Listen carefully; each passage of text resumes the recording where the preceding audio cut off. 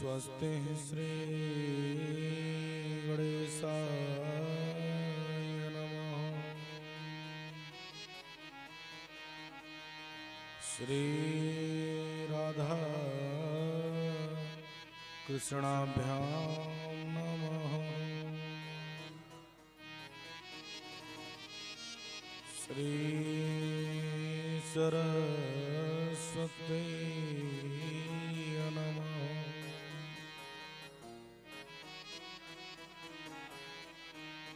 ध्येयं सदा परिभवग्नमभीष्टं दोहं तीर्थास्पदं शिवविरञ्चिनुतं शरण्यं भृत्यार्तिहं प्रणतपालभवाब्धि पोतं वन्दे महापुरुषते चरणारविन्दम्।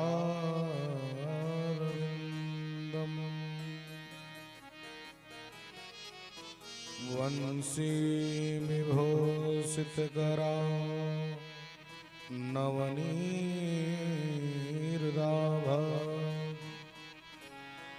पीताम्बरदरुणबिम्ब फलाधरोष्टा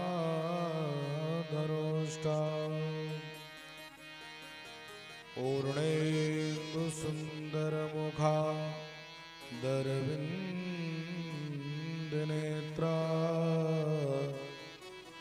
कृष्णात् परं किमपि त्वमहं न जाने। नारायणं नमस्कृत्य नरं चैव नरोत्तमं देवीं सरस्वतीं व्यासं ततो जयमुदीरये।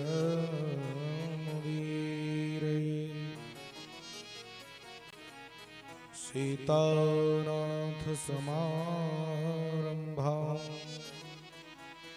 श्रीरामानन्दार्यमध्यमाम् अस्मदाचार्यपर्यन्तां वन्दे श्रीगुरुपरम्परां।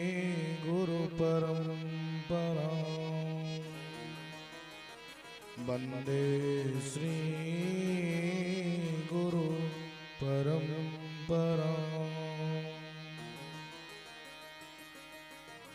गौरांगं रसमयं नित्यं रसाचार्यं रसोत्सुकं श्रीमद्रामहर्षणदेवाख्यं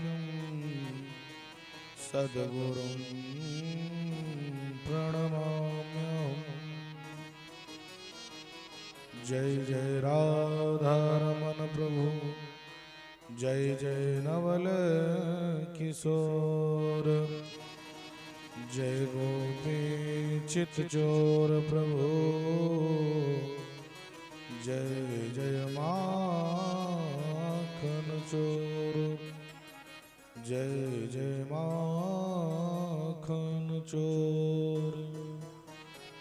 बोलिए श्रीमद्भागवत महापुराण की जय हो, श्री वृंदावन बिहारी लाल की जय हो, हनुमान जी महाराज की जय हो, सियावर रामचंद्र भगवान की जय हो, गंगा जमुना सरस्वती मैया की जय हो, अजय भट्ट भगवान की जय हो, प्रयागराज भगवान की जय हो, ब्रह्मलिंग स्वामी विनोदानंद जी महाराज की जय हो, धर्म की जय हो, अधर्म का नाश हो, प्राणियों में सद्भावना हो, विश्व का कल्याण हो, गो माता की जय हो, गो हत्या बंद हो, आपस में नील हो, राग द्वेष दूर हो, सनातन धर्म की जय हो, भारत माता की जय हो, भारत माता की जय हो, नमः पार्वती पतये हर हर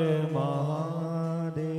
जय जय श्री राधे।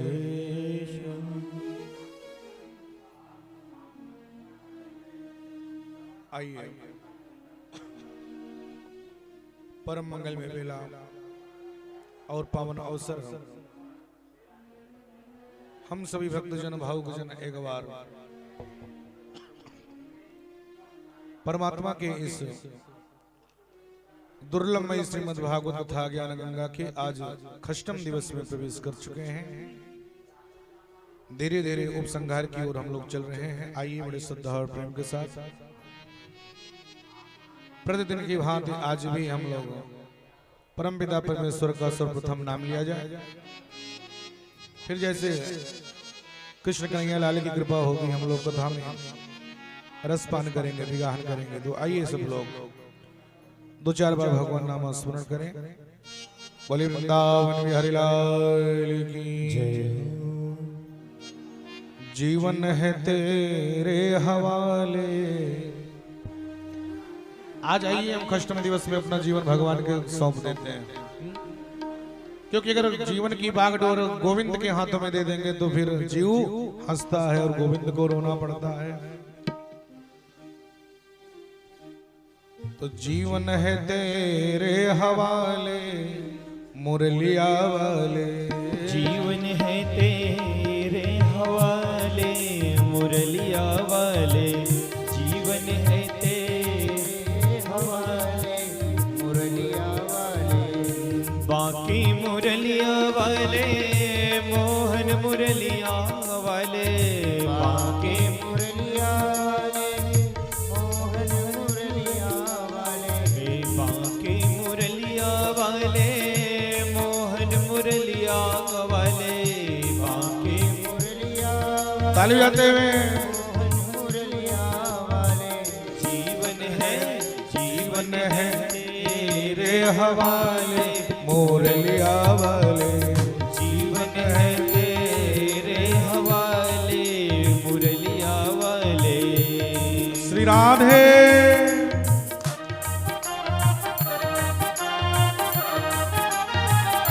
बाकी बिहारी लाल की। श्री वृंदावन बिहारी लाल की जय हो।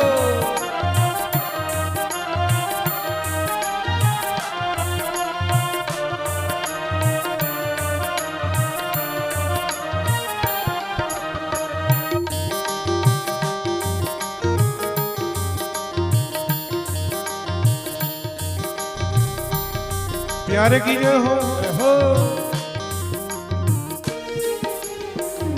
अपने चरण का दास बना लो। अपने चरण का दास बना लो। अपने चरण का दास बना लो। अपने चरण का दास बना लो।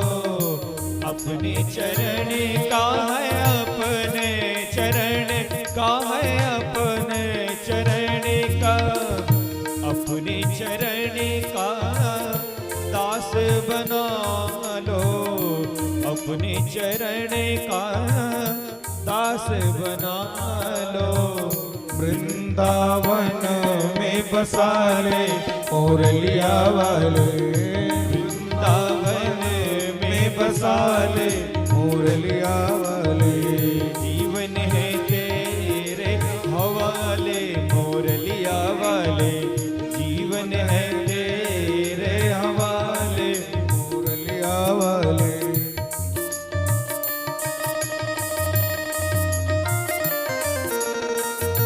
श्री राधे।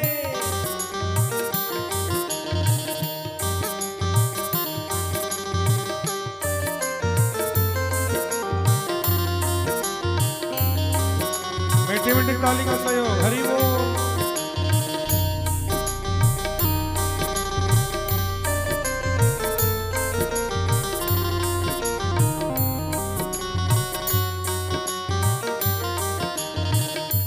जो जहां बैठे हैं मस्ती में दोनों हाथ को लहराएंगे। हरि बोल। जय हो। क्या बात है।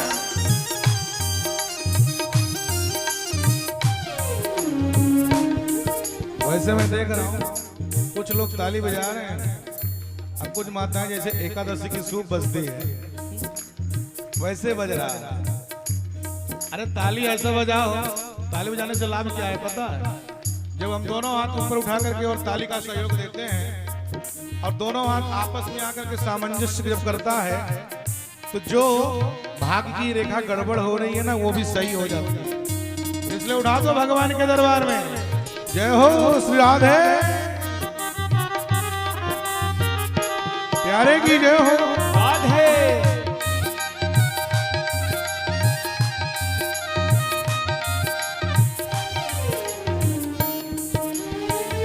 मैं कठपुतली तेरे हाथों की, मैं कठपुतली तेरे हाथों की, मैं कठपुतली है, मैं कठपुतली है, मैं कठपुतली, मैं कठपुतली तेरे हाथों की, मैं कठपुतली तेरे हाथों की।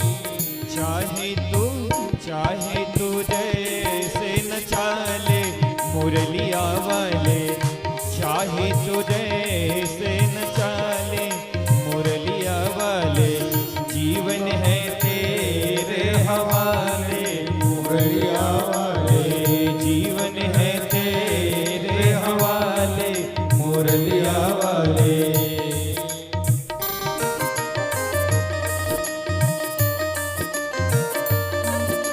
जय हो।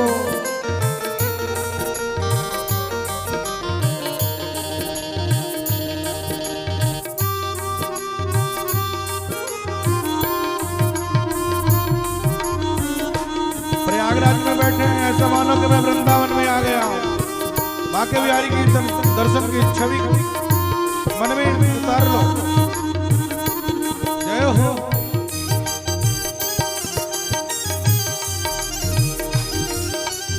बोलो प्यार से।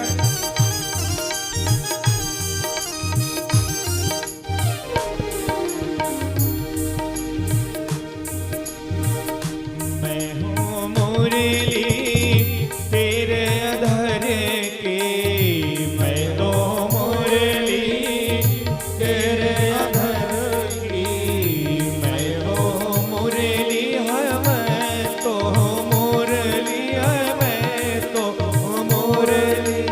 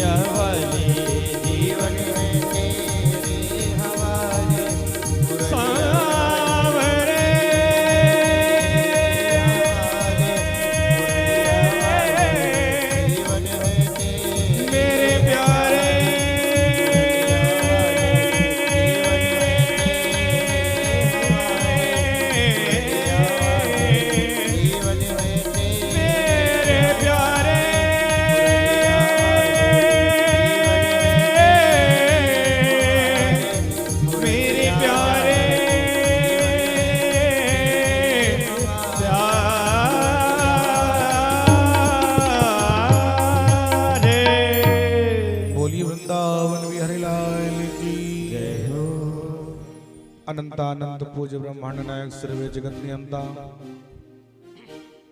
भुवन मोहन श्याम सुंदर नीलमणि कौशल्यानंद वर्धन रघुनंदन के युगल चरण कमल रज पराग के ज्ञात अज्ञात अवस्था में उन्मत्त प्रमत्त भ्रमर रूपी भक्तजन सर्वशक्ति स्वरूपा स्नेह में वात्सल्य में करुणामयी भक्तिमयी कृपामयी अर्चनीया वंदनीया पूजनीया नमनीया माताओं एवं बहनों, बीच बीच में बैठे हुए हमारे भारतीय संस्कृति के आशा के केंद्र बिंदु भारत के भावी होनहार नन्हे मुन्ने बालकों, मंच पर विराजमान समस्त आचार्य वृंद को व्यासपीठ से कोटि कोटि प्रणाम। भगीरथ प्रयास करके श्रीमद् भागवत कथा ज्ञान गंगा को मां भगवती गंगा जी की गोद में प्रवाहित करवाने का जिनको श्रेय दिया जा सकता है, ऐसे हमारे मुख्य यजमान के रूप में विराजमान श्री राजेंद्र बरनवाल परिवार को व्यासपीठ से ढेर सारा आशीर्वाद और ढेर सारा प्यार। आपकी समस्त मनोकामना मेरा गोविंद पूर्ण करी और अंत में आपको भगवान का चरण रज ही प्राप्त हो। आज की कथा में जितने भी लोग आए हैं, आप सबको मेरा व्यासपीठ से सिय राम में सब जग जानी करऊं प्रणाम जोर जुग पानी, सबको व्यासपीठ से कोटि कोटि प्रणाम। बड़ा आज का जमाना, आज का टाइम बहुत व्यस्तम है। हर कार्य करने का व्यक्ति के पास समय है, लेकिन भगवान का काम, भगवान की कथा, वैसे यहां आकर के और कल्पवास का मतलब है कि प्रयागराज की धरातल पर निवास करना ही सबसे बड़ा त्याग है। यहां पर जितना घड़ी हम लोग व्यतीत कर लें, क्योंकि यहां जब हम सब आते हैं तो हमारे पूर्वज, हमारे पितृ बड़े प्रसन्न हुआ करते हैं, और जहां वो रहते हैं वहीं पर नृत्य करते हैं कि आज हमारे बेटे, आज हमारा पोते कितना सुंदर है कि जो आज प्रयागराज की, कितने भाग्यशाली हैं जो प्रयागराज के धरातल पर जाकर के निवास कर रहे हैं और गंगा पूजन और हनुमान संत दर्शन कर रहे हैं। आज हमारे भैया प्रधान जी श्री लौकुश सिंह जी, इतना बड़ा आपका कार्य है, कार्य क्षेत्र है, लेकिन सब आप विश्राम करके बोले आज की कथा हम श्रवण करेंगे। भगवान की बड़ी कृपा, हमारे प्रतापगढ़ से आए हुए तेज बहादुर सिंह जी और उनके साथीगण केवल कथा के लिए वहां से भाग करके आए। भगवान की देखिए, दो चीज बड़े सौभाग्यशालियों को मिलता है। हर चीज मिल जाता है, लेकिन दो चीज बड़े सौभाग्यशालियों को मिलता है। क्या क्या? सुतदारा अरु लक्ष्मी। सुत माने बेटा, दारा माने पत्नी, लक्ष्मी माने धन दौलत। बोले सुतदारा अरु लक्ष्मी, ये तो पापियों के घर हो, लेकिन संत समागम हरि कथा, हरि तुलसी दुर्लभ दोय। भगवान की कथा और संतों का दर्शन, ये बड़े सौभाग्यशालियों को मिलता है। जिसके जीवन में अगर ये आ गया तो समझ लो कि राम जी की कृपा हमारे ऊपर बरस चुकी है। क्योंकि ये जो भागवत है ना, भागवत कोई आसान चीज नहीं है। जब व्यक्ति के जन्म जन्मांतर का, युग युगांतर का, कल्प कल्पांतर का, प्रलय प्रलयांतर का पुण्योदय होता है, तब उसको भागवत श्रवण करने का अवसर मिलता है। कई जन्मों का जब पुण्य इकट्ठा होता है, कई जन्मों का, तब जाकर के उस परिवार में भागवत कथा श्रवण करने का अवसर मिलता है। वो भी घर से 10 गुना पुण्य तीर्थ में होता है। अगर तीर्थ में भागवत श्रवण किया जाए तो घर से 10 गुना, अत्यधिक पुण्य। और तीर्थ में वो भी तीर्थराज प्रयाग, जो कि सभी तीर्थों के राजा हैं, तीर्थराज प्रयाग। तीर्थराज प्रयाग का तो महात्म्य ही कुछ और है, महात्म्य ही कुछ और है। हम लोग जितने लोग यहाँ हैं बड़भागी हैं।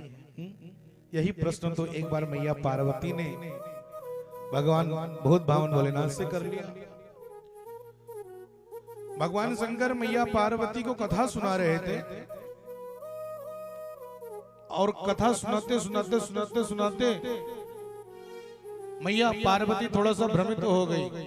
मैया पार्वती प्रश्न कर लेती हैं बीच कथा में ही, प्रभु बोले हाँ, बोले ये बताओ मेरे समझ में एक बात नहीं आई। बोले क्या? कहा कथा तो आप बहुत दिन से मुझको सुना रहे हो, लेकिन जरा ये बताओ कि इस दुनिया में इस संसार में बड़भागी कौन है? बड़भागी भी तो होंगे संसार में। बोले हाँ बड़भागी तो हैं। पार्वती इतने दिन से मैं तुमको कथा सुनाता चला आया, आज तक तुमको ये नहीं पता कि दुनिया में बड़भागी कौन है? बोले महाराज जब बताओगे तब तो पता चलेगा। कौन बड़भागी है बताइए सरकार। तब भगवान शंकर बोल पड़े, देवी इस संसार में सभी बड़भागी नहीं है। बोले फिर? कहा कि सोई गुणज्ञ सोई बड़भागी, सोई गुणज्ञ सोई बड़भागी, सोई गुणज्ञ सोई बड़भागी, सोई गुणज्ञ सोई बड़भागी, जो रघुबीर चरण अनुरागी, जो रघुवीर चरण अनुरागी, सो रघुवीर चरण अनुरागी, सोई गुणज्ञ सोई बड़भागी, सोई गुणज्ञ सोई बड़भागी, जो रघुबीर चरण अनुरागी, जो रघुवीर चरण अनुरागी, सोई गुणज्ञ सोई बड़भागी, अजो रघुवीर चरण अनुरागी। देवी पार्वती सोई गुणज्ञ मतलब सभी को बड़भागी नहीं बताया। बोले फिर? कहा सोई गुणज्ञ, कोई कोई बड़भागी है, सब थोड़ी ना बड़भागी हैं। लेकिन जरा ध्यान से सुनिएगा, इधर बोले कि सोई गुणज्ञ सोई बड़भागी, और उधर एक चीज और क्या कह रहे हैं? भगवान श्री राम सामने लक्ष्मण जी खड़े हैं इस साइड में, और इस साइड में हनुमान जी खड़े हैं। अब बीच में राम जी खड़े हैं, दोनों भगवान के परम भक्त हैं। हनुमान जी भी कम भक्त थोड़ी ना है, और शेषावतार भैया लक्ष्मण भी भगवान के परम भक्त हैं। जब इधर भक्त और इधर भक्त, दोनों भक्तों के बीच में किसी ने प्रश्न किया, महाराज ये बताओ लक्ष्मण बड़भागी हैं कि हनुमान जी बड़भागी हैं? आपकी दृष्टि में कौन बड़भागी है? तो हनुमान जी महाराज को जैसे ही देखे भगवान श्री राम तो बोल पड़े, अरे भैया बोले क्या? कहा कि हनुमान सम नहीं बड़भागी। ए हनुमान? बोले हाँ। बोले तुम्हारे जैसा बड़भागी तो इस दुनिया में हुआ ही नहीं। बोले कैसे? कहा कि हनुमान सम नहीं बड़भागी, नहीं को राम चरण अनुरागी। लेकिन लक्ष्मण जी के लिए क्या कहा? लक्ष्मण जी सोचे कि अरे भाई भगवान को जरा देखिए तो, 14 वर्ष हम इनका तपस्या किए, 14 वर्ष इनकी सेवा किए, और आज सबसे हनुमान जी किष्किंधा में मिल गए तो बड़भागी ये बन गए। हमारा तो पत्ता ही साफ हो गया। लक्ष्मण जी का चेहरा थोड़ा सा जो प्रफुल्लित था थोड़ा सा मुरझा गया। राम जी ने कहा लक्ष्मण? बोले हाँ सरकार। बोले आप थोड़ा सा डाउन क्यों पड़ रहे हो भाई? अरे हनुमान तो मेरा बड़भागी है ये है, लेकिन याद रखिएगा लक्ष्मण।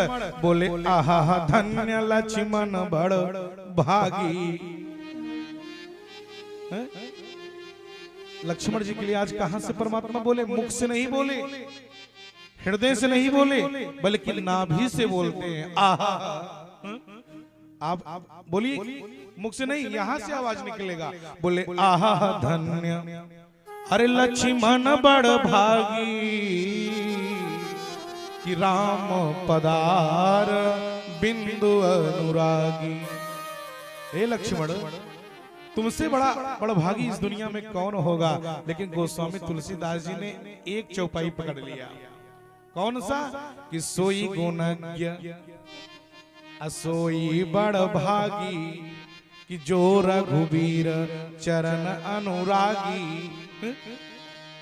सोई गुणज्ञ सोई बड़ भागी। संसार में सब लोग बड़ भागी नहीं है, बल्कि कोई कोई है जो भगवान के चरणों में दिन रात भगवान का स्मरण करता है, भगवान का नाम जपता है, भगवान की कथा को सुनता है। इस दुनिया में उससे बड़ा बड़भागी दूसरा नहीं है। लेकिन आज गोस्वामी तुलसीदास जी से किसी ने पूछा कि जरा महाराज ये बताओ। बोले क्या? कहा आप हनुमान सम नहीं बड़भागी, नहीं को राम चरण अनुरागी। इस चौपाई को किसी ने सिद्ध कर पाया कि राम जी झूठ ही बोल दिए हनुमान जी का दिल रखने के लिए? बोले ना ना, हनुमान जी जैसा बड़भागी तो दुनिया में हुआ नहीं। बोले कैसे? ये उस समय की बात है। बोले किस समय की? बोले जब 14 वर्ष का वनवास व्यतीत करके और दशकंधर रावण का वध करके भगवान श्री राम 14 वर्ष का वनवास व्यतीत करके अयोध्या आए। और अयोध्या में आने के बाद सभी आज अयोध्या के रग रग में, कण कण में, अणुवण में प्रसन्नता की लहर दौड़ रही है कि आज हमारे राम जी 14 वर्ष का वनवास व्यतीत करके और सकुशल अयोध्या आ रहे हैं। सभी लोग सोने की थाल में राघव की आरती उतारने के लिए तैयार हैं। देवियां, माताएं, सखियां सब लोग सोने की थाल में आरती सजाई हुई हैं। और राम जी आज राजा बनेंगे। भरत भैया राज सिंहासन को, मुकुट को सब गंगा जल सब रख करके बैठे हैं कि राम जी राजा बनेंगे, मेरे बड़े भैया राम राजा बनेंगे, रख करके बैठे हैं। लेकिन जैसे ही अयोध्या के रग रग में, कण कण में, अणु प्रसन्नता की लहर दौड़ रही है, राम जी जब सिंहासन पर विराजमान हुए तो सब लोगों ने अपना अपना पद ग्रहण किया। लक्ष्मण जी को अपना पद मिल गया। कौन सा पद? राम जी के बाएं धनुष और बाण लेकर के खड़े हो गए। सब लोगों ने अपना पद लिया। शत्रुघ्न जी आ गए, बगल में मूर्छा लेकर के खड़े हो गए। भरत जी आए, पीछे चंवर लेकर के खड़े हो गए। सभी लोगों ने अपना अपना पद ले लिया। लेकिन सबको तो सब पूछ रहे हैं, लेकिन हनुमान जी महाराज कहाँ हैं? पता है, संत बलवंत हनुमंत लाल जी आज उस जगह पे नहीं है, ये तो पीछे हैं। और पीछे से खुशी के मारे इनके नेत्र से आंसू गिर रहा है। वारे हनुमान, आज तो कितना बड़ा सौभाग्यशाली है कि जिस राम का तो जंगल में इतनी सहायता किया, आज वही राम का राज तिलक तो अपनी आंखों से देखेगा। ए मेरे प्यारे भक्तों, हनुमान जी महाराज सोचे कि जाकर के एक बार राघव की परिक्रमा तो कर लो। सोचे एक बार जाकर के परिक्रमा तो कर लो। जैसे हनुमान जी महाराज सोचे कि परिक्रमा कर लो, और जैसे निकले राघव बैठे हैं सिंहासन पर। हनुमान जी महाराज जैसे सोचे जाकर के परिक्रमा करो, और पहली बार परिक्रमा किए। परिक्रमा करके पीछे से फिर आगे आए। राम जी की दृष्टि हनुमान जी के ऊपर पड़ी ही नहीं। हनुमान जी सोचे अरे आज ये अपने परिवार में आ गए तो अपने भैया और माताओं में ही लिप्त हो गए, हमारे ऊपर तो इनकी दृष्टि नहीं पड़ रही। काम निकल गया लगता है। फिर हनुमान जी सोचे कि एक बार नहीं पड़ी होगी, चलो दूसरी बार मार लेता हूं परिक्रमा। जैसे हनुमान जी महाराज दूसरी बार परिक्रमा करने के लिए गए और 2 बार परिक्रमा किए, राघव की दृष्टि फिर नहीं पड़ी। हनुमान जी सोचे कि गया हनुमान तू।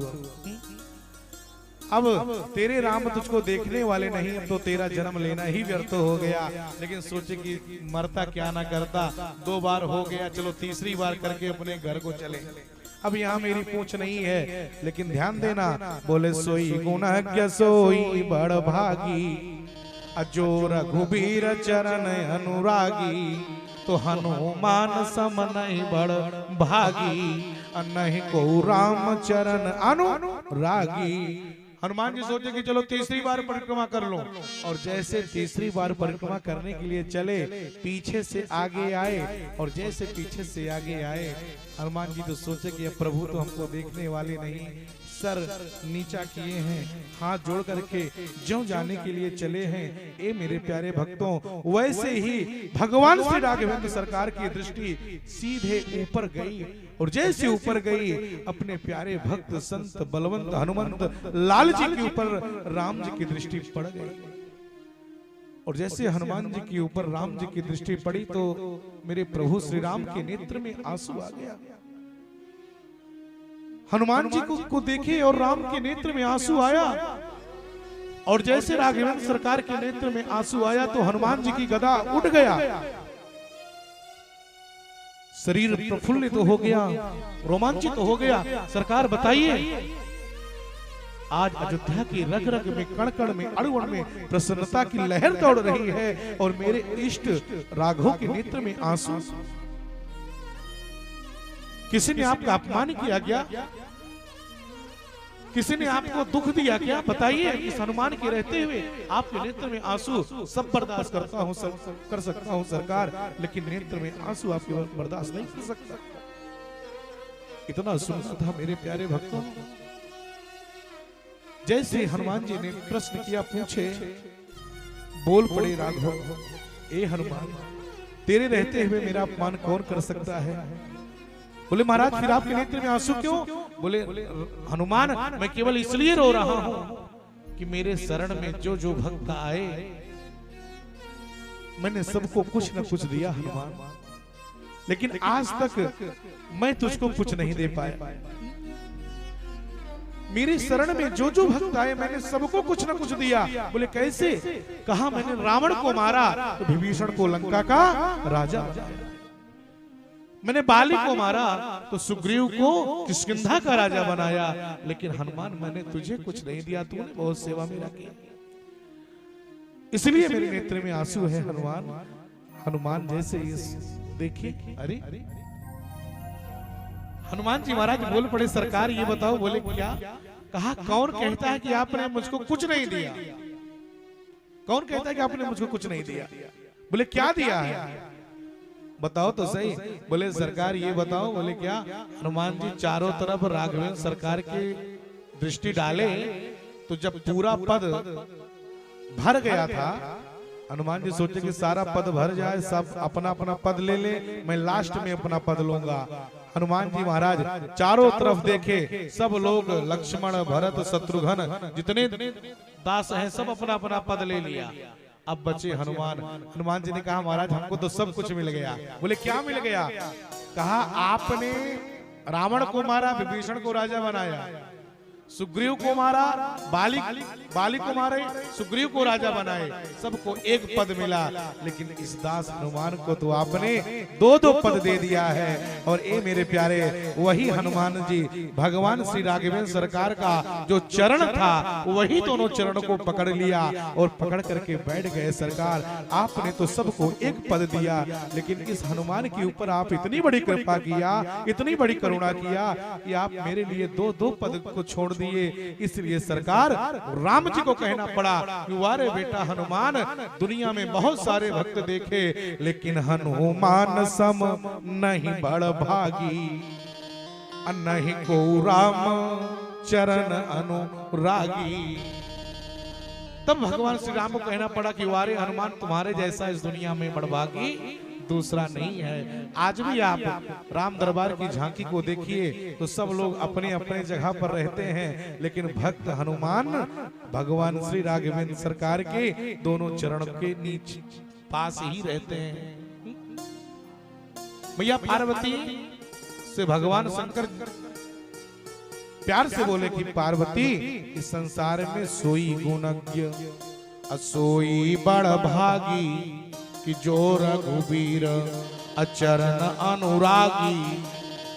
संसार में जो भगवान के नाम रटता है, भगवान के नाम से लीन है, वही बड़भागी है। मैया पार्वती ने प्रश्न कर दिया, सरकार ये बताओ, बोले क्या कहा अगर बड़भागी हैं तो अभागे भी तो होंगे। अगर बड़भागी हैं तो अभागे भी होंगे। बोले हाँ अभागे भी हैं। बोले अभागे कौन है? बोले कि सुनहु उमाते लोग अभागी।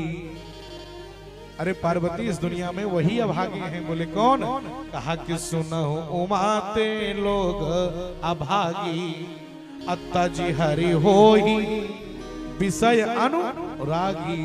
जो भगवान के चरणों से, भगवान के विषय से विरक्त हैं, इस दुनिया में उससे बड़ा अभागा कौन हो सकता है। इसलिए कहीं भी रहो, किसी भी स्थिति में रहो, किसी भी परिस्थिति में रहो, सभी शास्त्र कहते हैं, सभी वेद कहते हैं, सभी पुराण कहते हैं, कहीं भी रहो लेकिन भगवान का नाम भजते रहो। यही हमारा भागवत कहती है, यही हमारा गीता कहते हैं, यही हमारा शास्त्र कहते हैं कि दुनिया के किसी भी कोने में रहा जाए, कैसी भी अवस्था हो, लेकिन परमात्मा का नाम न भूला जाए।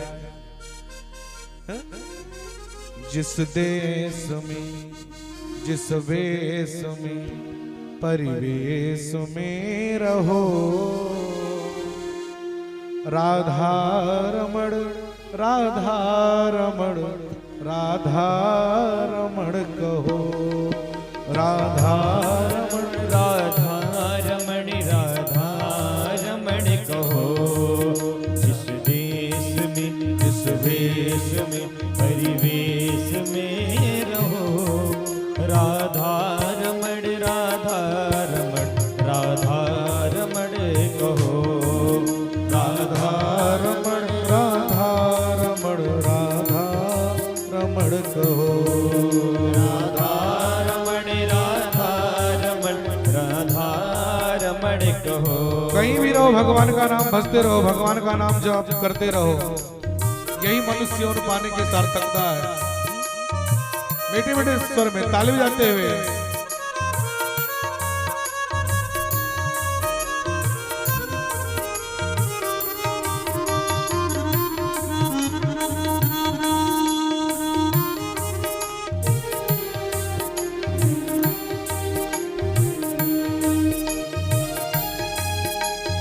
वृंदावन की हरिलाल की जय हो।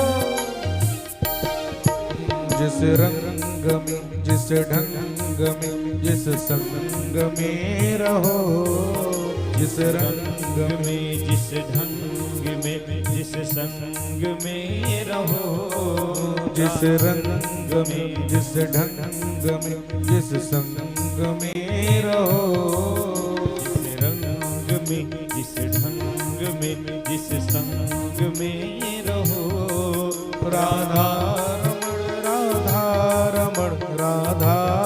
रमण कहो, राधा रमण, राधा रमण, राधा रमण कहो, राधा रमण, राधा रमण, राधा रमण कहो। श्री राधे।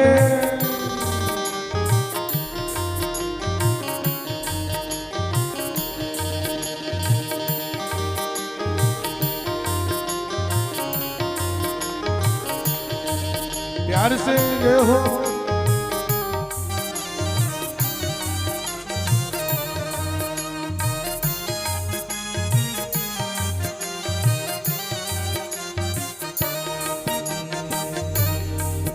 जिस योग में, जिस रोग में, जिस भोग में रहो, जिस योग में, जिस रोग में, जिस भोग में रहो, जिस योग में, जिस रोग में, जिस भोग में रहो, जिस रोग में, जिस भोग में, जिस योग में रहो, राधा रमण, राधा रमण, राधा रमण कहो, राधा रमण, राधा रमण, राधा रमण कहो,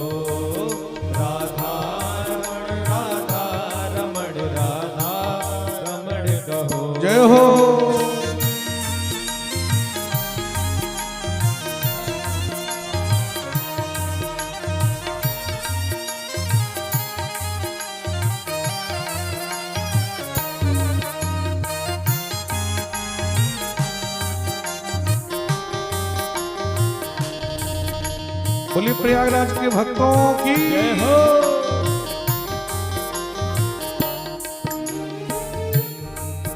जिस देश में जिस वेश में परिवेश में रहो, जिस देश में जिस वेश में परिवेश में रहो, देश में जिस वेश में परिवेश में ताली जाते हुए हरि बोल। राधा रमण राधा रमण कहो, बोलते रहो राधा रमण राधा रमण कहो, राधा रमण कहो, राधा रमण कहो। बोलिए वृंदावन बिहारी लाल की। श्री सुखदेव जी महाराज श्री परीक्षित जी को सावधान करते हुए कहते हैं, राजन कल की कथा में आप श्रवण कर रहे थे कि भगवान गोवर्धन धारण किया। परमात्मा अपने भक्तों की रक्षा करने के लिए जो करना पड़ता है परमात्मा वो करते हैं, चाहे जो करना पड़े। भक्त की रक्षा करने के लिए भगवान मेरे प्यारे करई सदा तिनके रखवारी, जिम बालक राखई महतारी। भगवान अपने भक्त की रक्षा कैसे करते हैं? जैसे एक माँ अपने पुत्र की रक्षा करती है। अब वो बताने की आवश्यकता नहीं है कि एक माँ अपने पुत्र की रक्षा कैसे करती है। क्यों? क्योंकि आप सब इसमें निपुण हो। सुखदेव जी कहते हैं, राजन परीक्षित अगर भगवान की प्राप्ति करना है तो गोपी बनना पड़ेगा। जिस प्रकार गोपियां भगवान को प्यार से बुलाती थी तो परमात्मा नंगे पांव चले आते थे गोपी से प्यार करने के लिए, गोपी से प्रेम करने के लिए। वैसे ही अगर प्रेम करना है, प्यार करना है तो गोपी बनना पड़ेगा। आजकल लोग गोपी के अर्थ गलत निकालते हैं, लेकिन जरा ध्यान से सुनिएगा, गोपी का अर्थ क्या होता है? कौन है गोपी? गो माने इंद्रिय और पी संस्कृत का धातु है, पी माने पीना। जो अपनी इंद्रियों को, अपनी वासनाओं को पी लिया हो, इंद्रियों को दमन कर लिया हो, वही तो गोपी है। जिसके अंदर रंचमात्र वासना, रंचमात्र मन जो है वो चंचल नहीं है, वो एकाग्र है, इंद्रिय अपने वश में है, वही तो गोपी है। गोपी का अर्थ होता है गो माने इंद्रिय और पी संस्कृत का धातु है, पी माने पीना। जो अपनी इंद्रियों को, अपनी वासनाओं को पी लिया हो। तो वैसी सुंदर गोपी, प्रेम करना है, प्यार करना है तो गोपी बनना पड़ेगा। अगर हम गोपी बन करके भगवान को बुलाएंगे तो परमात्मा हमसे दूर नहीं है, वो तो नंगे पांव दौड़ा दौड़ा चला आएगा।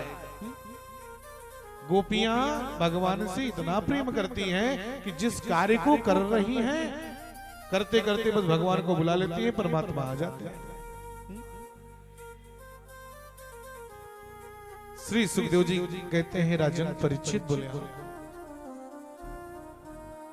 जब भगवान की बांसुरी बजती है, शरद पूर्णिमा की रात्रि आई और भगवान सोच रहे हैं कि मैं अभी अपना लीला ही कर रहा हूं। गोपियां जो हमको दिन रात मेरी पूजा करती हैं,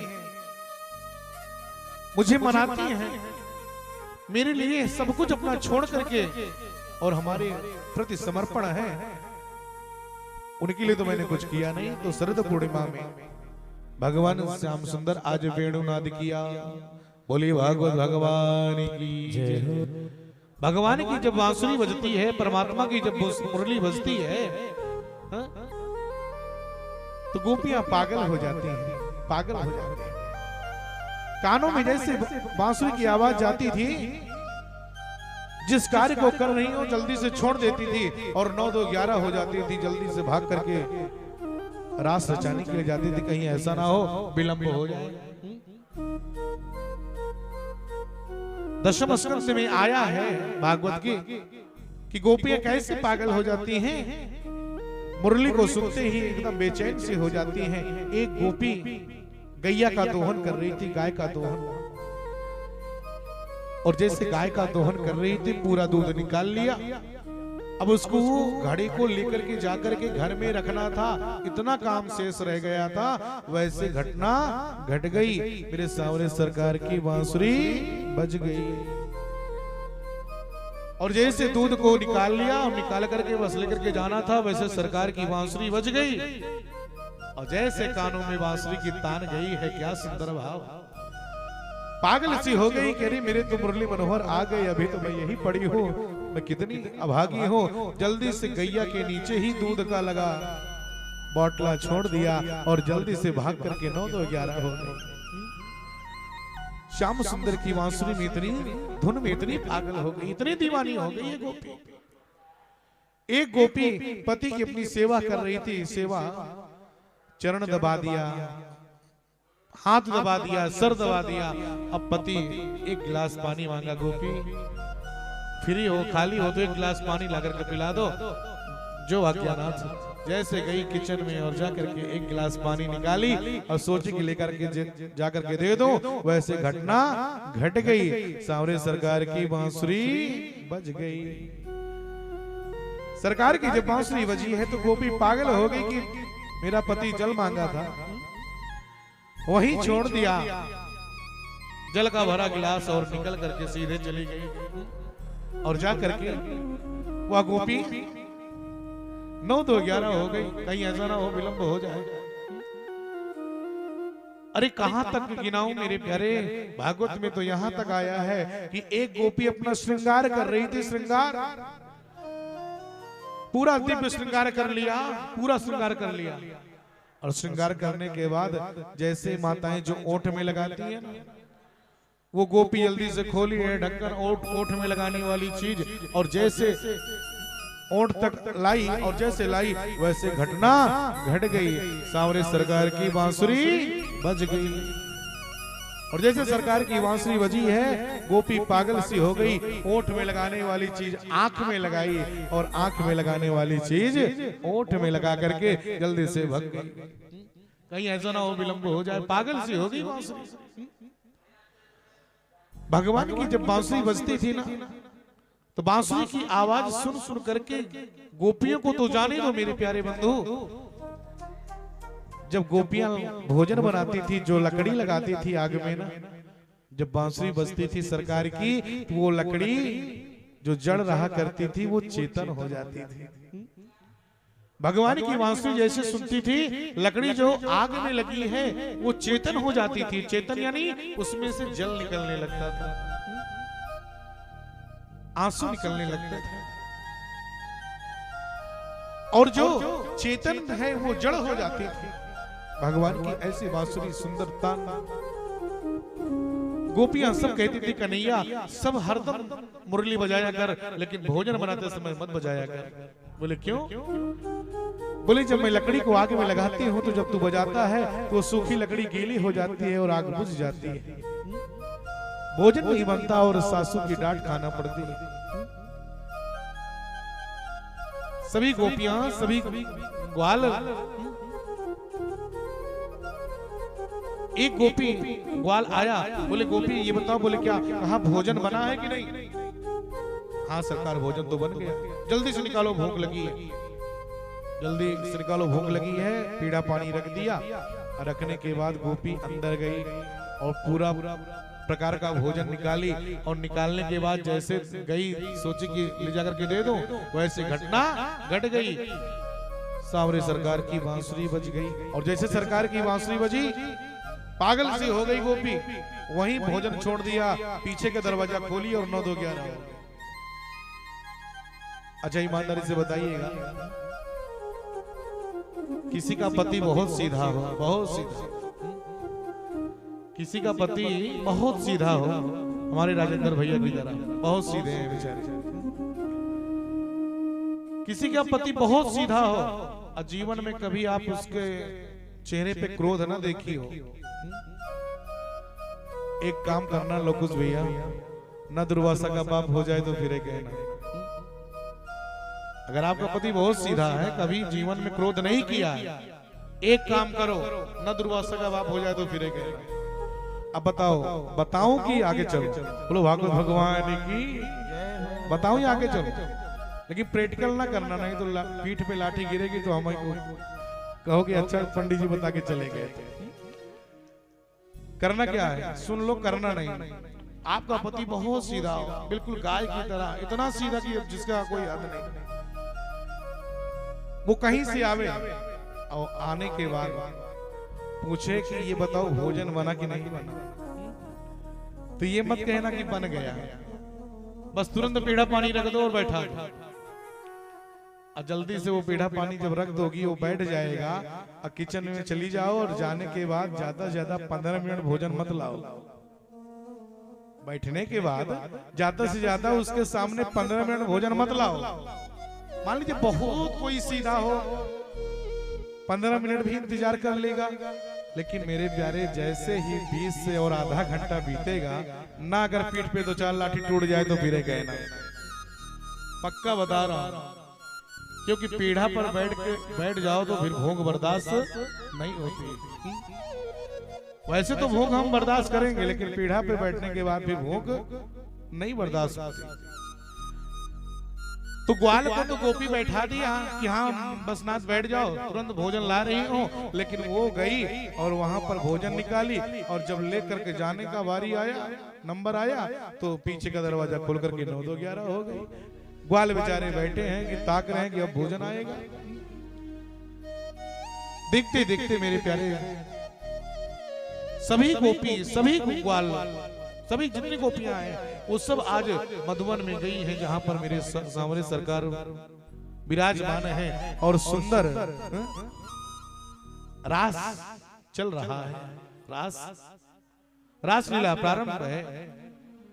राधा रानी, विशाखा, पूनम, ललिता इत्यादि जितनी गोपियां हैं वो सब विराजमान हैं, और उसी में कन्हैया रास रचाते रचाते रचाते रचाते एक वैग अंतर ध्यान हो गए।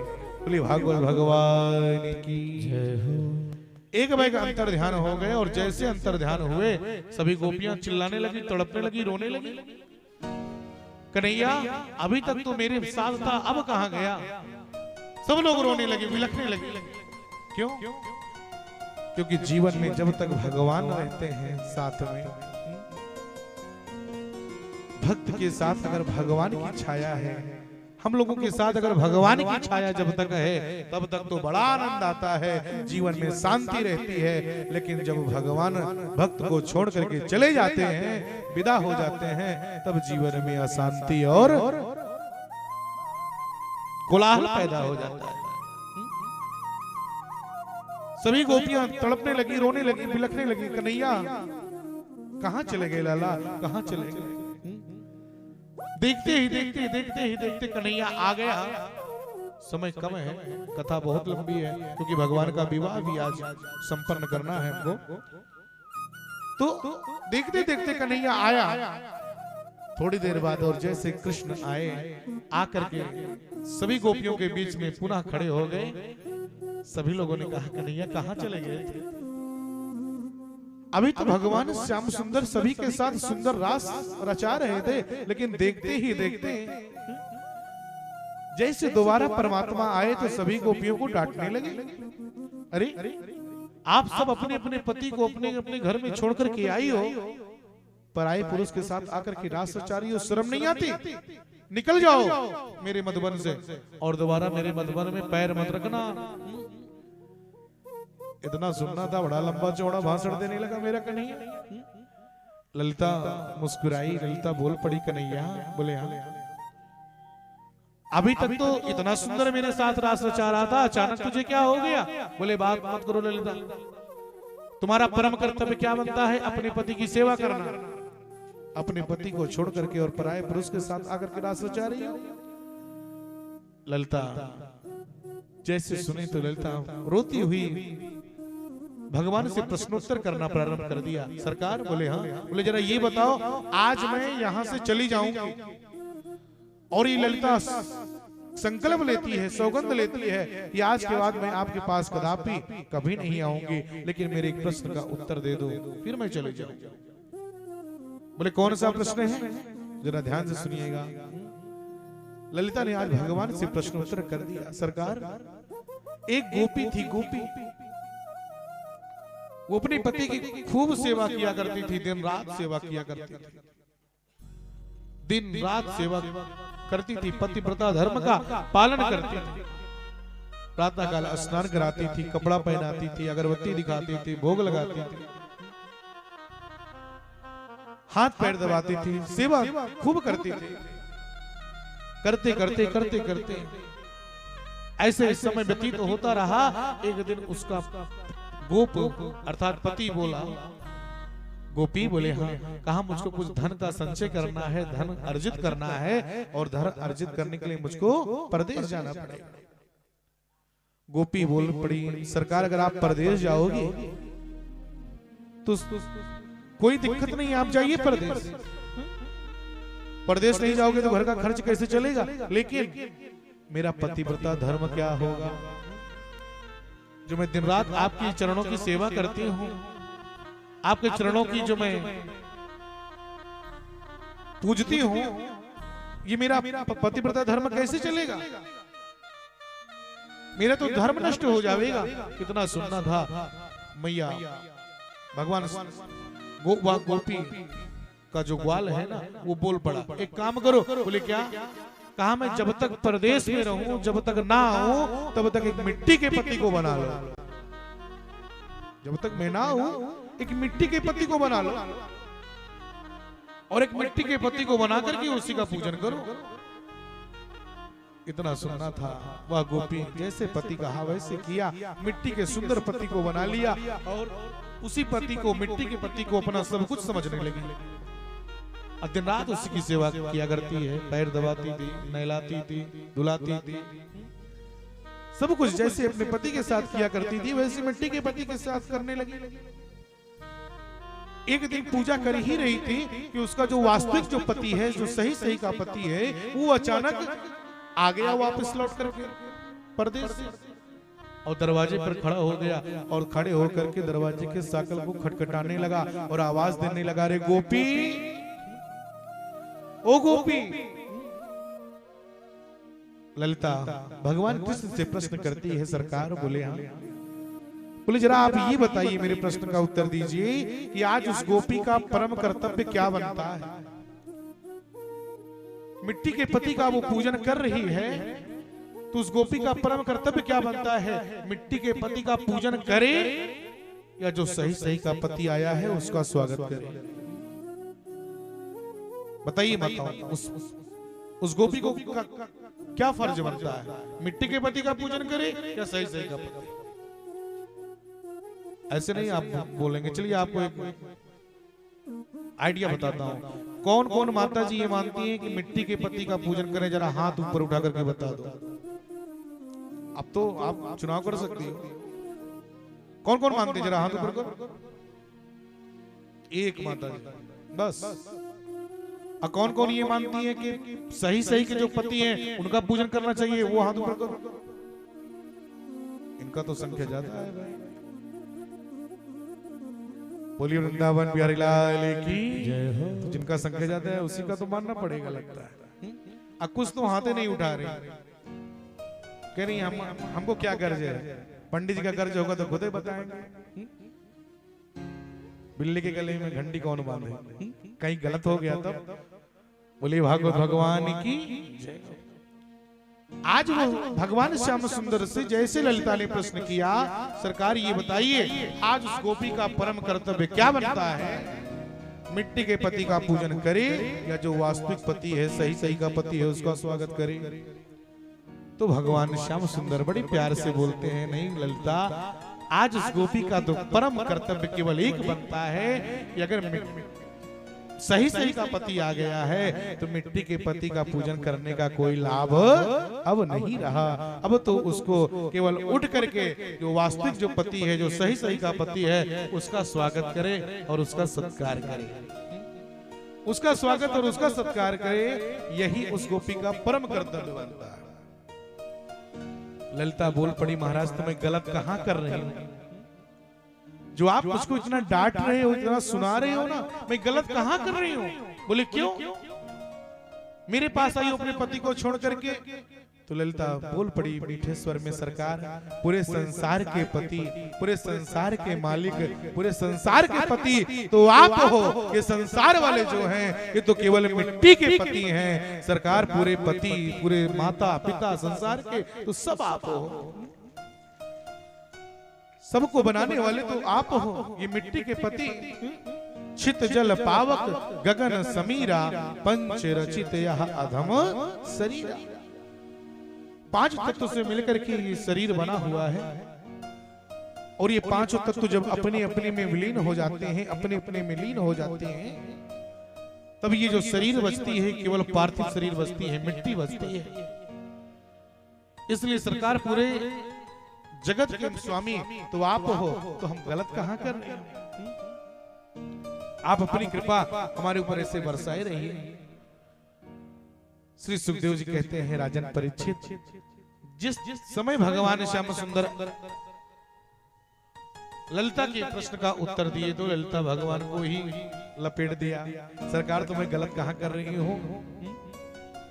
भगवान बोले, नहीं गोपी, गलत तो नहीं है, लेकिन संसार में जो दाम्पत्य जीवन आपको पितामह ब्रह्मा ने बनाया है, भले वो मिट्टी के पति हैं, उनका सेवा करना, उनके आज्ञा का पालन करना और पतिव्रता धर्म की सेवा करना आपका परम कर्तव्य है और आपका यही सबसे बड़ा धर्म है।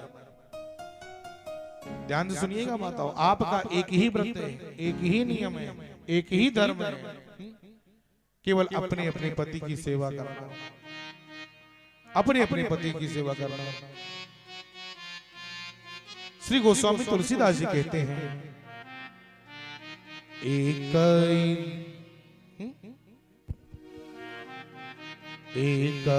धर्म एक व्रत नेमा, एक धर्म एक व्रत नेमा, एक धर्म एक व्रत नेमा, काय वचन मम पति पद प्रेमा, काय वचन मम पद पति प्रेमा, काय वचन मम पति पद प्रेमा, काय वचन मम पति पद प्रेमा, वृद्ध रोग बस जड़ धनहीना, वृद्ध रोग बस जड़ धनहीना, वृद्ध रोग बस जड़ धनहीना, अंध बधिर क्रोधी अति दीना, अंध बधिर क्रोधी अति दीना, अंध बधिर क्रोधी अति दीना, एक ही धर्म एक ही धर्म, एक ही धर्म एक प्रति प्रेमा, काय वचन मम पति पद प्रेमा, काय वचन मन पति पद प्रेमा, काय वचन मम पति पद प्रेमा, एक ही धर्म एक व्रत नेमा, काय वचन मम पति पद प्रेमा। और दूसरा, वृद्ध रोग बस जड़ धनहीना, अंध बधिर क्रोधी अति दीना। मेरी मैया, आपका एक ही धर्म है, एक ही व्रत है, एक ही नियम है, अपने अपने पति की सेवा करो, अपने अपने पति के आज्ञा का पालन करो। वही आपका सबसे बड़ा पूजा है, वही आपका सबसे बड़ा तपस्या है। भगवान न करे कभी किसी माँ को ऐसा पति मिले, बोले कैसा, बोले वृद्ध रोग बस जड़ धन हीना, अंध बधिर क्रोधी अति लीना। भगवान न करे कभी किसी माँ को, किसी बहन को लंगड़ा पति मिल जाए, लूला पति मिल जाए, वृद्ध पति मिल जाए।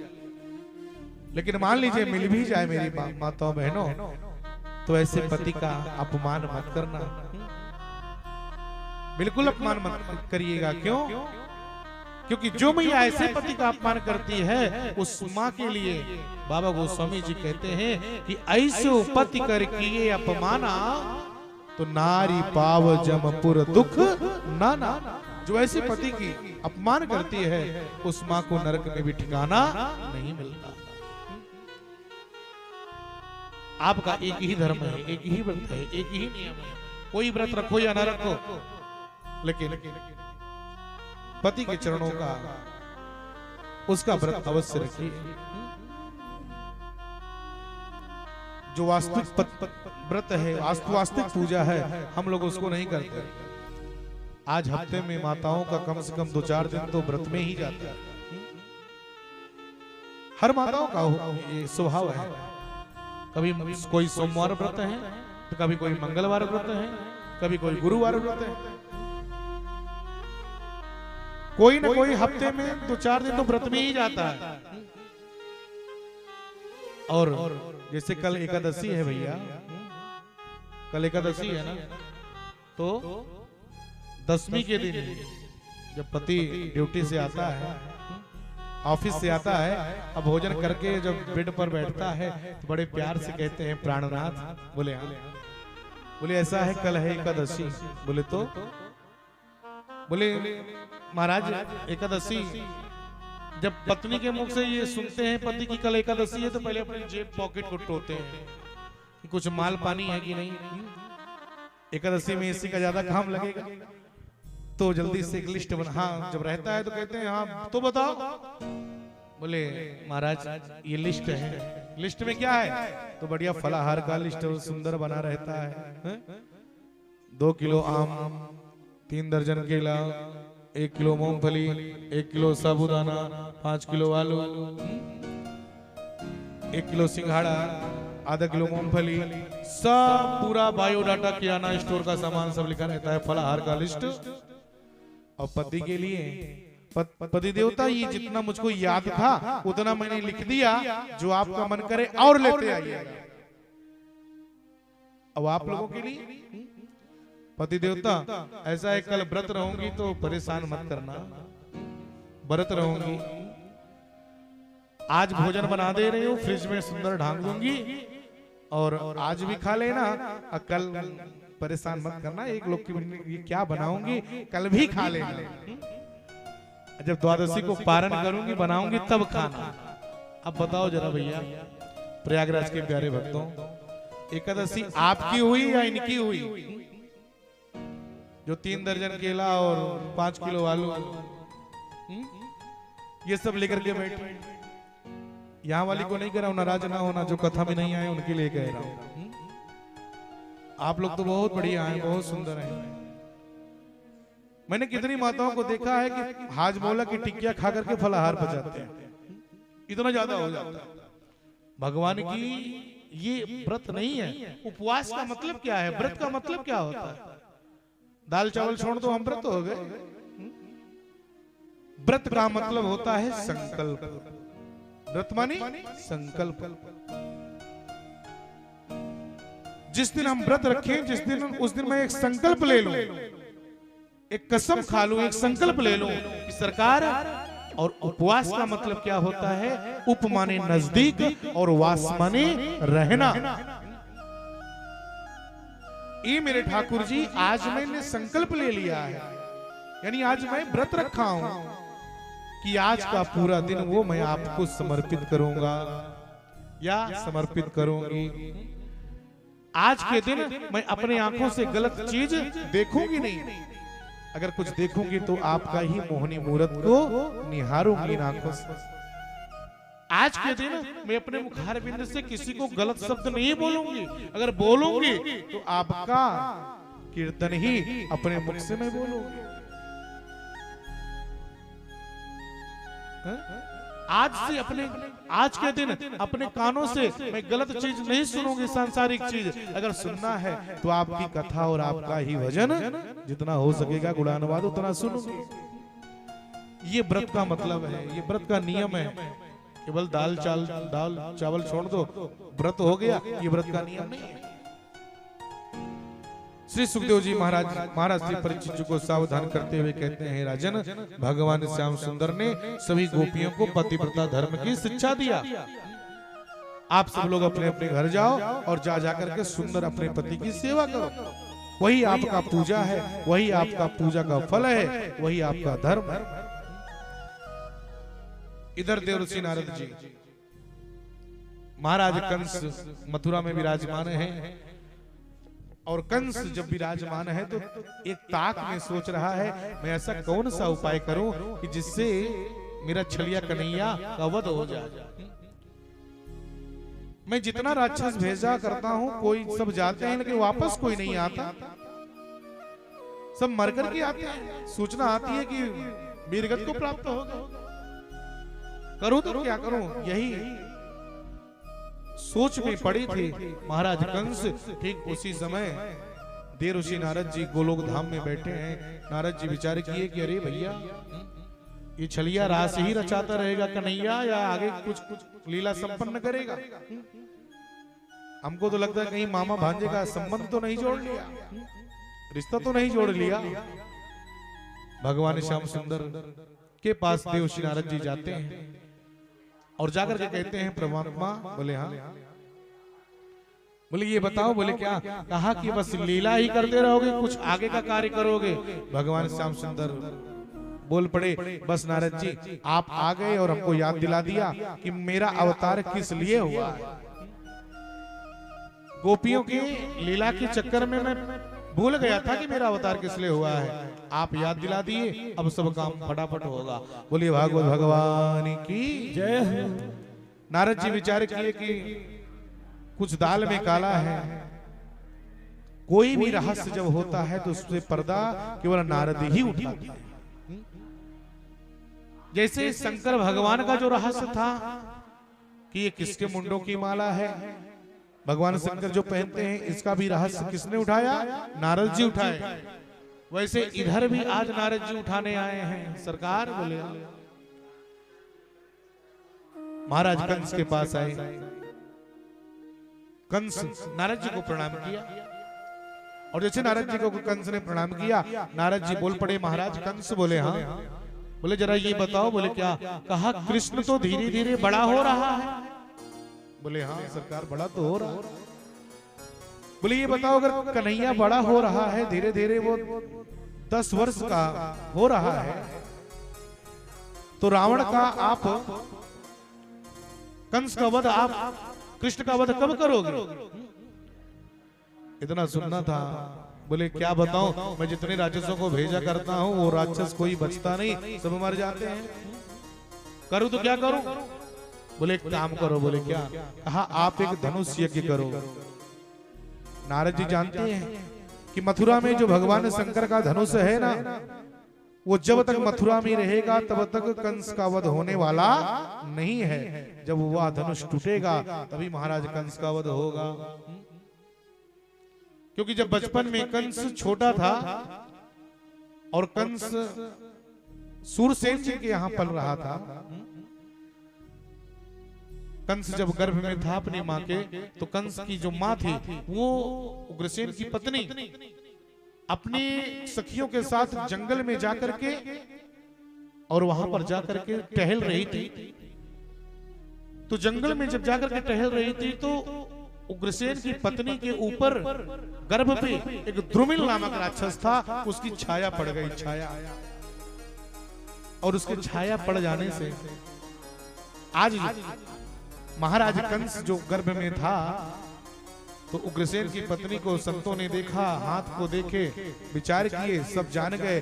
बोले महाराज उग्रसेन, बोले हाँ सरकार, बोले आपकी जो पत्नी है, इस पत्नी के गर्भ में जो बालक पल रहा है, ये बालक बहुत बड़ा विनाशकारी होगा, बहुत बड़ा राक्षस होगा, क्योंकि राक्षस की छाया इसके ऊपर पड़ गई है और आपके मथुरा जैसे राज्य का ये छिन्न भिन्न कर देगा, उलट पुलट कर देगा। बोले महाराज क्या करूं? बोले इसको जितना जल्दी से जल्दी हो सके मथुरा से आप निकाल दो।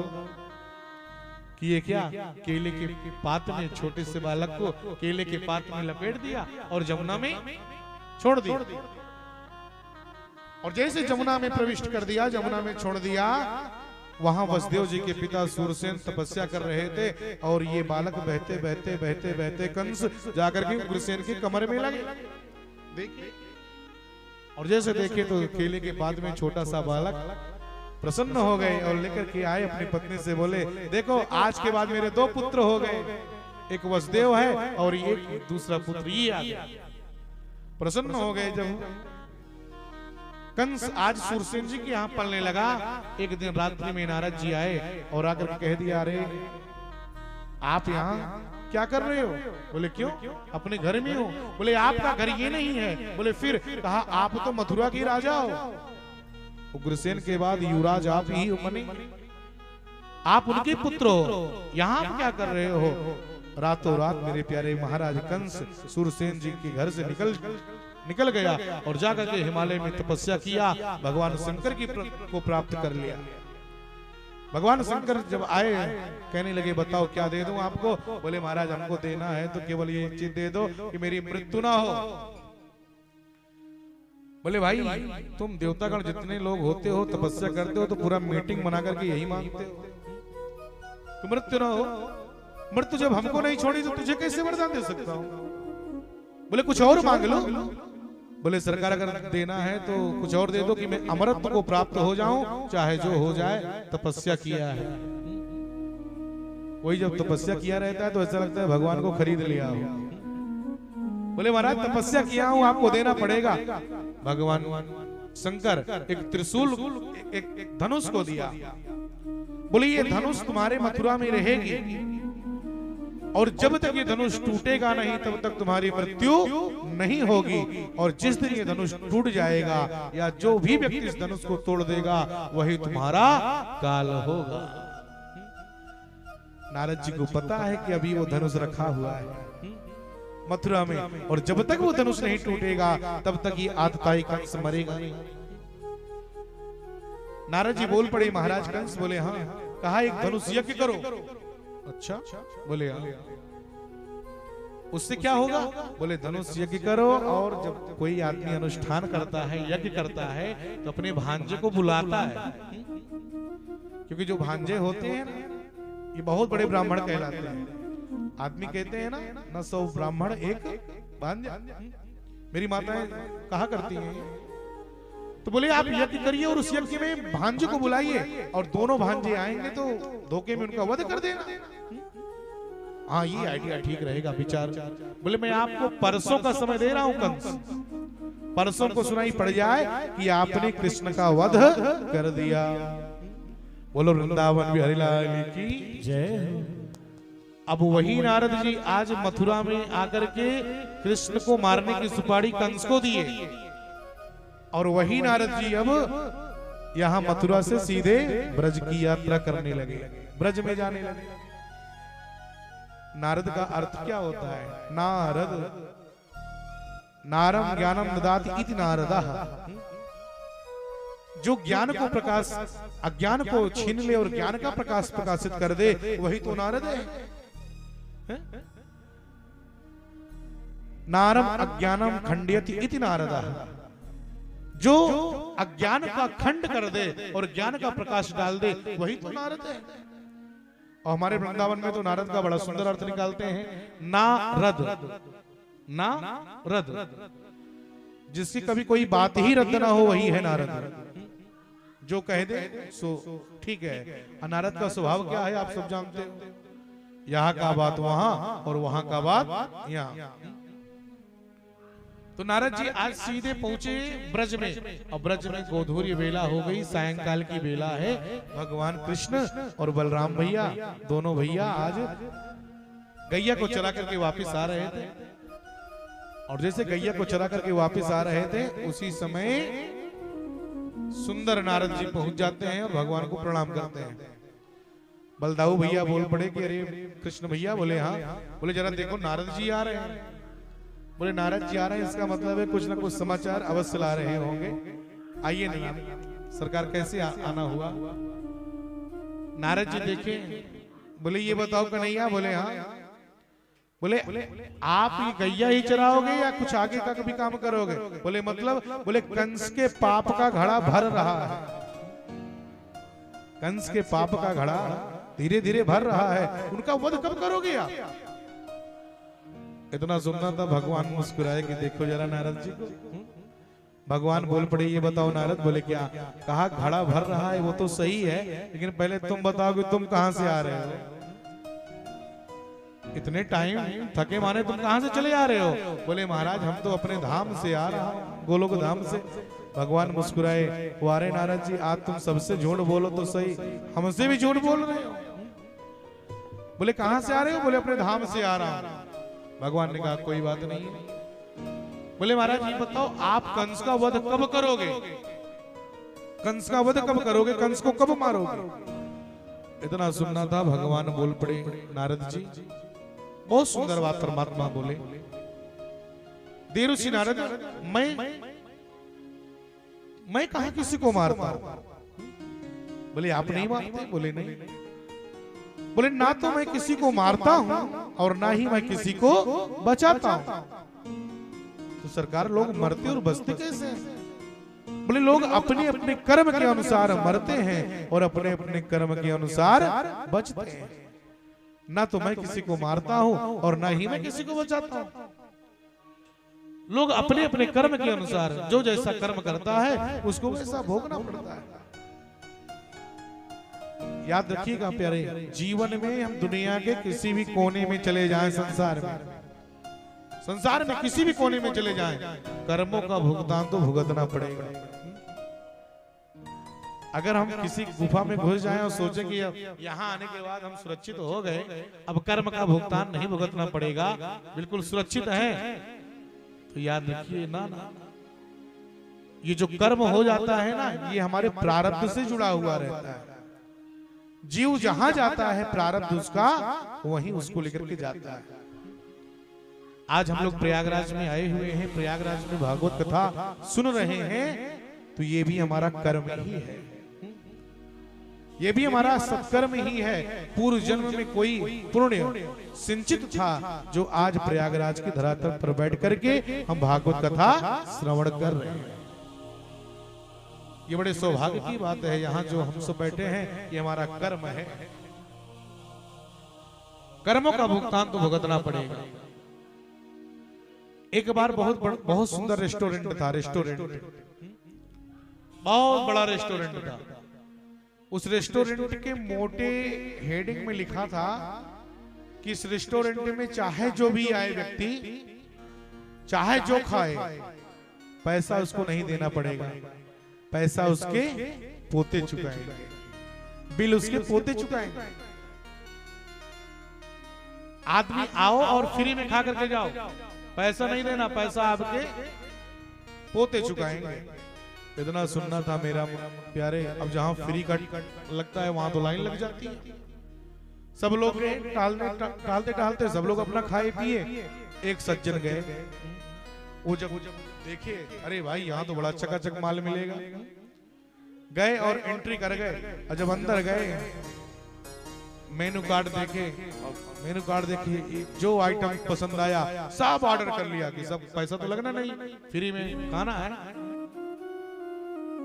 सब ऑर्डर दे दिया। जब पूरा मेज भर गया नाश्ते से, और जब खाना शुरू किए हींच करके खाए थे, गले तले, और जैसे खाए डकार आई और बढ़िया से इस टिश्यू पेपर से जल्दी मुंह पोंछ करके और निकलने के लिए सोचे। और जैसे निकलने के लिए चले, मेन गेट पर जो गेट कीपर है वो थाम लिया। कहाँ जा रहे हो? बोले क्यों? अरे खा करके घर जा रहा हूँ। और कहाँ जा रहा हूँ? बोले भैया घर तो जा रहे हो लेकिन बिल तो दे करके जाओ। बिल कौन चुकाएगा? बोले गजब की बात है, मोटी हेडिंग में लिखे हो कि जिसको जो भी खाना है भरपेट खाओ, बिल आपके पोते चुकाएंगे, और आप कह रहे हो कि बिल दो। गुमराह क्यों करते हो लोगों को? बोले भैया ये आपका बिल नहीं है। बोले फिर? कहा ये आपके दादाजी का बिल है जो खा करके चले गए हैं, उन्हीं के तो पोते हो। आपका बिल तो अभी आपके दादा पोते चुकाएंगे। ये आपके दादाजी वाला बिल है जो खा करके चले गए, मर गए, उनके पोते आप हो, आप उनका वाला बिल चुकाओ। आप वाला कौन मांग रहा है? दुनिया के किसी भी कोने में हम चले जाएंगे मेरे माई बाप, लेकिन कर्मों का भुगतान भुगतना पड़ेगा। कर्म हमारे पीछे पीछे चलता रहता है। जो जैसा हम करेंगे, जैसा किए हैं वैसा हमको काटना पड़ेगा। भगवान कृष्ण बोल पड़े कि ना मैं किसी को मारता हूं और ना ही मैं किसी को बचाता हूं। आप देखे होंगे जब कोई मरता है तो भगवान उसमें बहाना लगा देते हैं। किसी का एक्सीडेंट हो गया, कोई कैंसर से मर गया, कोई हार्ट अटैक से मर गया, आपने कभी ये नहीं सुना होगा कि हाँ भगवान ने किसी को मार दिया। अपने अपने कर्म के अनुसार लोग मरते हैं और कर्म के अनुसार ही बचते हैं। बोले महाराज चाहे जो हो जाए, लेकिन आप बताओ कंस का वध कब करोगे? भगवान मुस्कुराए। भगवान ने कहा अरे महाराज देवर्षि नारद जी, बोले हाँ। कहा इधर आप हमको मारने के लिए बोल रहे हो, कंस को मारने के लिए, अब वहां कंस को मारने, कंस से बोल करके आए हो हमको मारने के लिए। यहाँ सुपारी उनकी दे रहे हो और वहां सुपारी हमारी दे करके आए हो, क्या बात है? बोले मतलब? बोले कुछ नहीं सरकार जानता, मैं परसों सुनाई पड़ जाएगी आपने कंस का वध कर दिया। भगवान बोल पड़े परसों का टाइम हमको भी दे रहे हो, परसों का टाइम उनको भी दे करके आए हो।